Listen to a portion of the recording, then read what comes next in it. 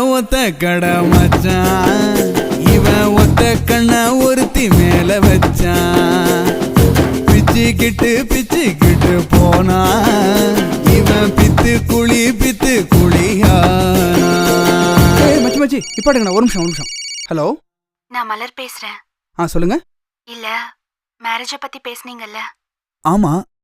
ஜூலைக்கு அப்புறம் பண்ணிக்கலாமா?